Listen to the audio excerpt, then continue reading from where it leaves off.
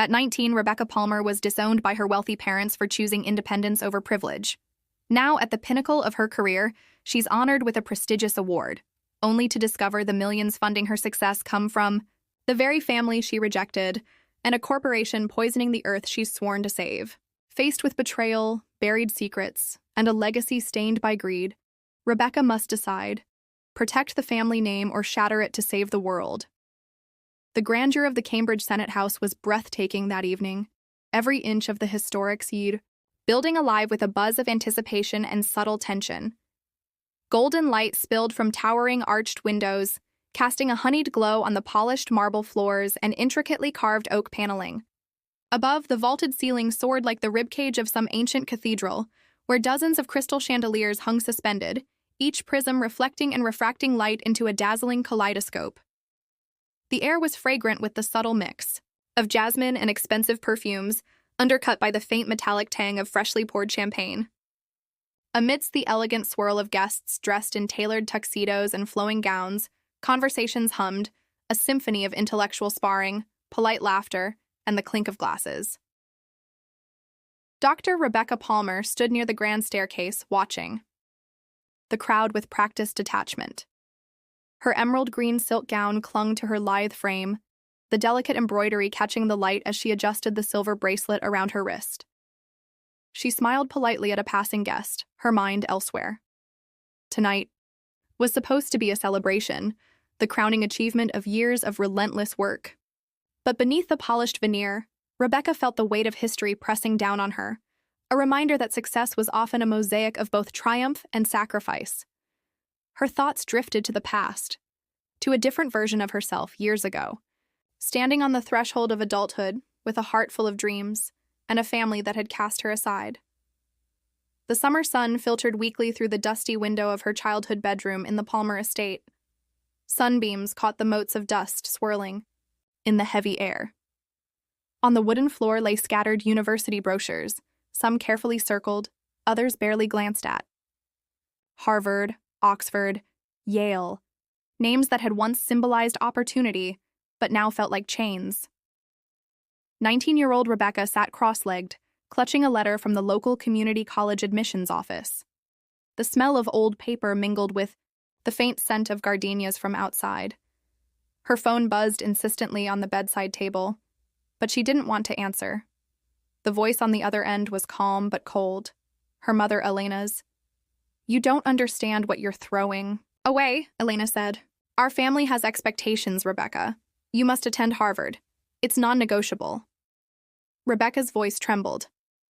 "I know what I want, and it's not Harvard. I want to study where I can grow without all the politics. I want to prove I'm more than a name." There was a pause, sharp and loaded. "You are disowned," Elena finally said, her voice ablade. "You are no longer part of this family." The line went dead. Rebecca's breath caught. That memory had burned into her soul like fire. Rejection wrapped in velvet, love replaced with cold ambition. Yet it was that moment, painful as it was, that shaped her determination. She enrolled at the community college, starting at the bottom. She worked 3 jobs while excelling in her studies, fueled by a fierce need to prove herself not just to her family, but to the world. The journey was long and grueling. Sleepless nights hunched over microscopes and chemical equations. Mentors who believed in her when no one else would. Friends who became family. Grants that were painstakingly won. Research that pushed boundaries. Papers published in journals that few outside the scientific community ever saw.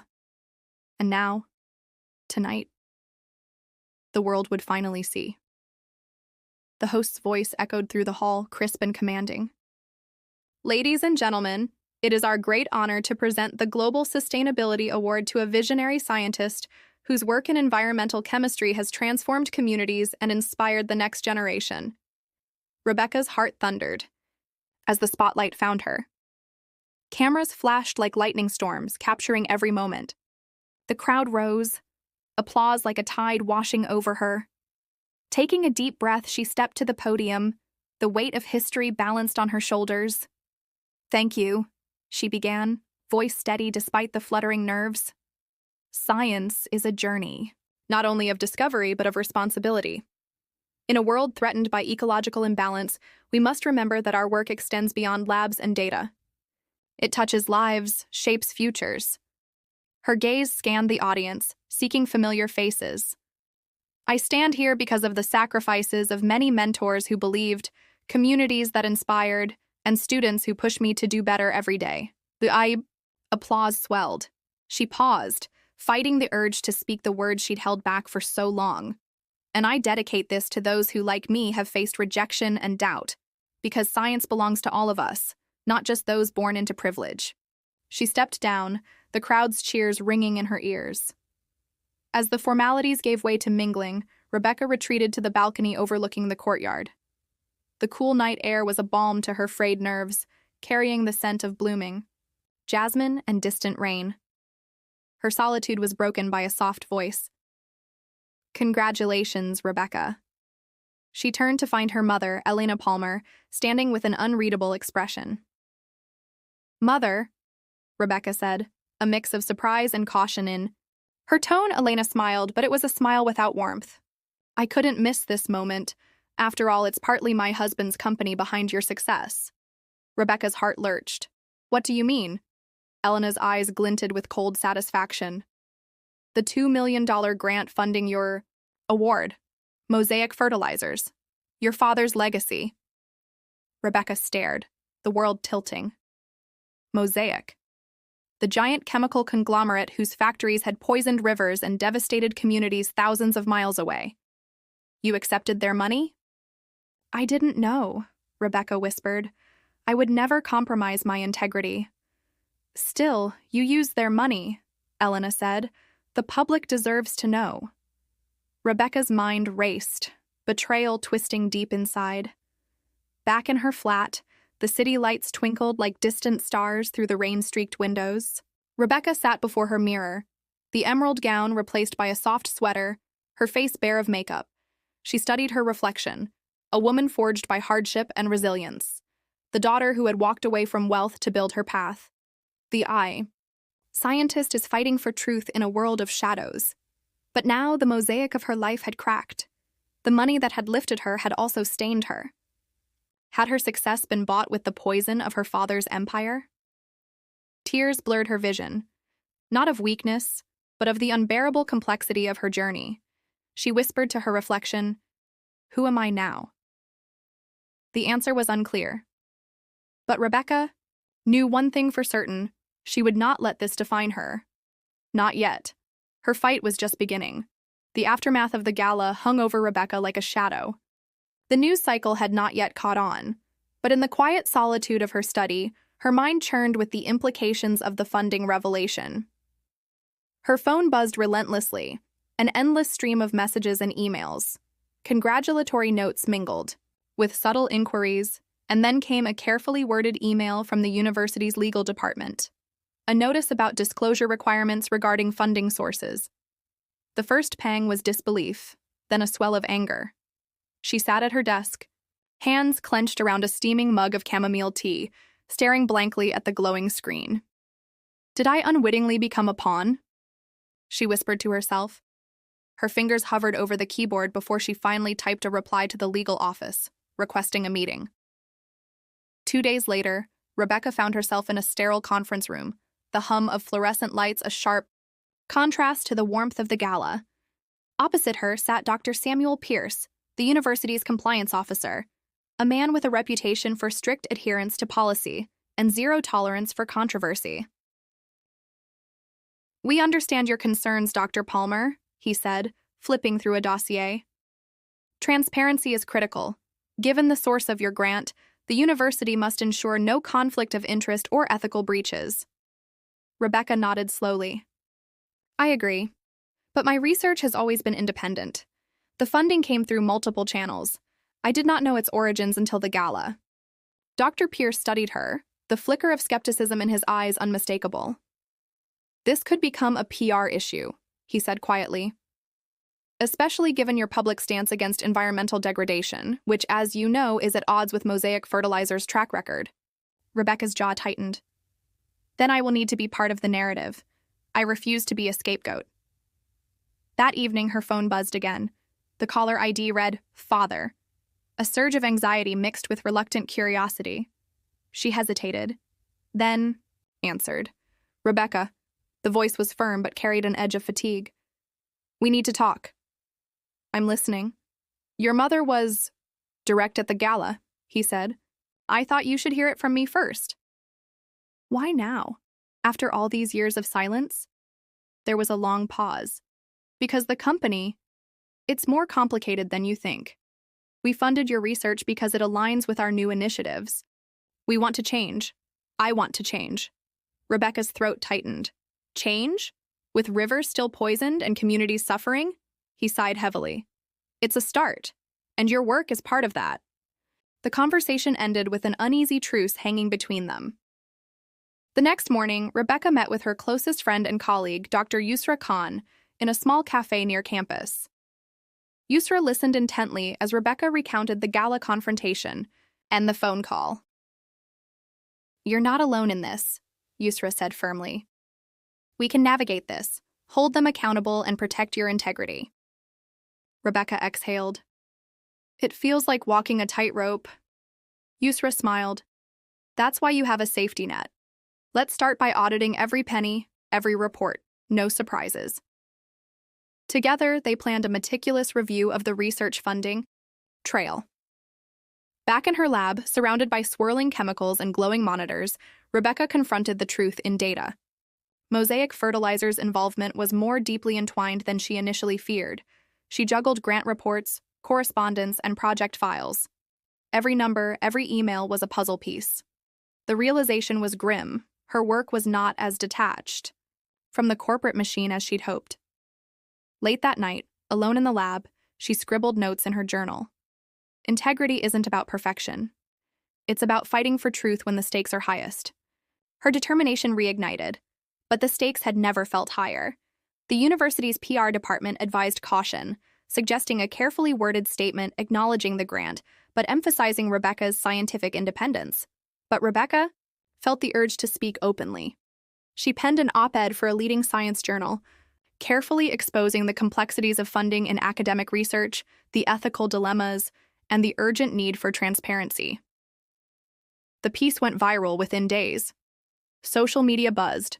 Some praised her courage, others accused her of hypocrisy. Meanwhile, back in the Palmer estate, Rebecca's older brother Marcus watched the unfolding drama with a calculating eye. The family was fractured, but Marcus saw an opportunity, a chance to steer the narrative and secure his position in the company's future. He contacted Rebecca, offering support, but his motives were unclear. Their conversation was tense.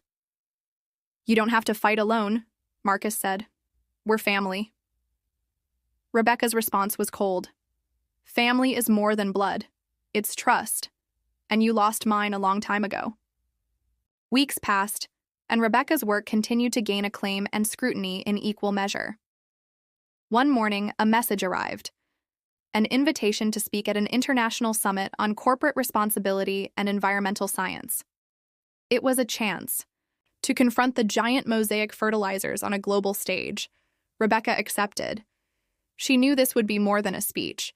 It would be a declaration of who she was and what she stood for. The days leading to the summit were filled with preparation, strategy meetings, and moments of self-doubt. Rebecca trained her voice to carry both authority and compassion, rehearsed responses to tough questions, and strengthened alliances with activists and academics. Late one night, she stood alone on the rooftop of her building. The city sprawled below like a sea of stars. She whispered to the wind, "No more mirrors to hide behind. This time I faced the mosaic head-on." The air in the grand auditorium crackled with anticipation. Delegates, journalists, activists, and industry leaders from around the globe packed the seats, all eyes fixed on the imposing stage. Rebecca Palmer stood backstage, heart-pounding but resolve steel-strong. Her speech would not just be about science. It was a reckoning. The moderator called her name, and the crowd erupted into polite applause.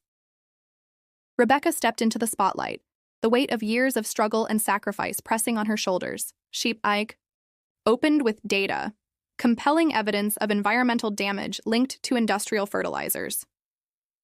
Her voice was steady as she unveiled the connections to Mosaic Fertilizers, naming names, exposing contradictions between the company's public green initiatives and their internal practices.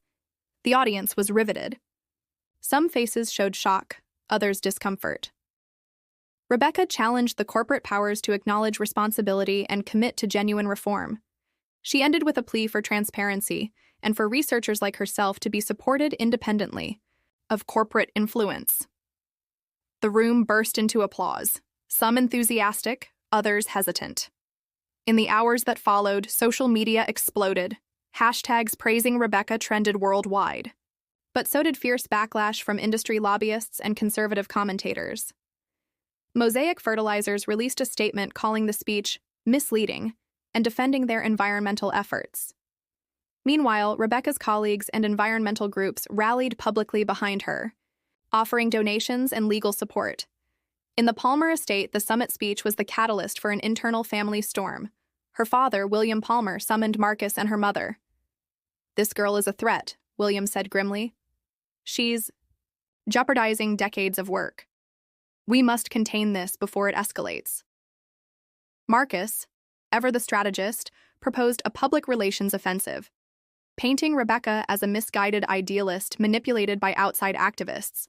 But her mother's voice wavered. "Perhaps it's time we listened." Back at the university, Rebecca's investigation into Mosaic's internal documents uncovered a series of disturbing emails and reports. They revealed deliberate attempts to downplay environmental risks and influence regulatory agencies. Rebecca realized that exposing these documents could bring Mosaic to its knees, but also put her career and safety on the line. She confided in Yusra, who urged caution but supported full transparency. One evening, a sleek black car pulled up outside Rebecca's apartment. William Palmer stepped out, flanked by aides. "I want to talk," he said, voice calm but firm. In the dim light of her living room, father and daughter faced off. William pleaded for reconciliation, proposing a partnership to steer Mosaic toward real change, but only if Rebecca would silence her public crusade. Rebecca's reply was resolute. "I will never be your mouthpiece for deception." Tension thickened the air, but no threats were made, only a chilling understanding. Meanwhile, Marcus launched a covert campaign to discredit Rebecca, leaking selective documents suggesting scientific errors in her work. The university initiated an inquiry threatening her position. But Rebecca's allies fought back fiercely, producing counter-evidence and rallying public opinion. The battle for truth became a media war. Amid the chaos, Rebecca found new allies: investigative journalists, whistleblowers within Mosaic, and environmental activists. Together, they planned a coordinated release of the incriminating documents. The pressure mounted on the company, the family, and the university. The university's inquiry culminated in a public hearing. Rebecca faced questions not only about her research, but her ethics, her funding, and her motives. She answered with honesty and courage, laying bare the complexities of corporate-funded science and her commitment to integrity. The hearing ended with a standing ovation from supporters, a symbolic victory. Weeks later, Mosaic Fertilizers announced a sweeping internal reform, including a new independent oversight committee, with Rebecca invited to serve as a scientific advisor. Her family's stance shifted from opposition to tentative support. Rebecca accepted the role, recognizing the chance to influence change from within. As she stood in the sunlight outside the company headquarters, she reflected on the journey. The mosaic of her past, fractured and flawed, was now a mirror, reflecting resilience, truth, and hope.